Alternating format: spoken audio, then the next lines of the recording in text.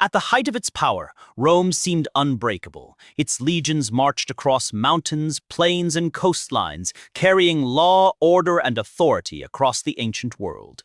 To many, Rome appeared eternal. But there was a moment, rarely spoken of, when Rome stood closer to collapse than to conquest. Not after a single disastrous defeat, but during a quiet chain of losses that slowly eroded confidence and exposed weakness. From the north came warrior peoples who did not seek treaties and did not fear Rome's reputation. Again and again, Roman armies were defeated. Standards were lost. Legions were destroyed. News of failure returned to the city faster than the armies themselves. Inside the Senate, silence grew heavier than debate. Soldiers withdrew in formation, but the certainty of victory was gone. For the first time in generations, a dangerous question surfaced in Roman minds. If Rome could lose, what would happen next? Ahead of them lay an open battlefield. No walls, no shelter, no easy retreat. This was not a place chosen for glory. It was a place that forced Rome to choose between change and disappearance. Rome understood that fighting as it always had would no longer be enough. Old traditions were quietly abandoned. The army was reshaped, discipline tightened, training became relentless. Roman soldiers were no longer citizens temporarily called to war. They became professionals, drilled to move as a single body, trained to hold formation even when fear demanded retreat. On dusty training grounds, every step was repeated until hesitation disappeared. In rain and exhaustion, they learned endurance. When the moment came, orders were not shouted with bravado, but carried through preparation and control. On the open plain, the two forces finally faced each other.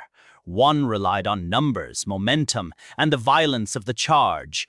The other relied on order.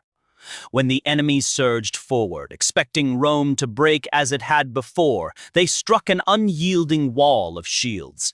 There was no panic, no reckless response. Units rotated smoothly. Fresh soldiers replaced the exhausted. What unfolded was not a clash of heroes, but a contest of systems, and for the first time, Rome's system held. The fighting dragged on. Dust filled the air. The weight of armor grew heavier with every movement. Slowly, the enemy began to lose rhythm. Their formations weakened, their momentum faded. Rome advanced steadily, applying pressure not in bursts, but without pause. There was no single dramatic breakthrough, only force that could not be endured forever. When the retreat began, it spread quietly and then all at once.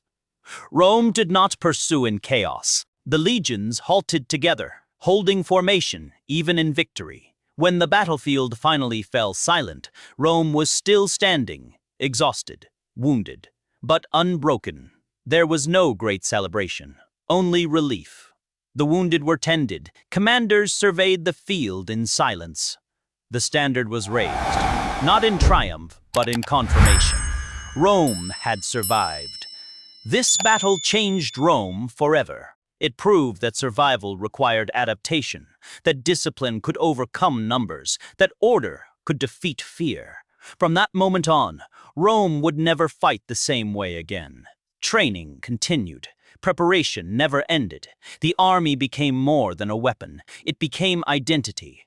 Nature reclaimed the battlefield, but the lesson endured. Rome moved forward, shaped by the understanding that empires are not saved by glory alone.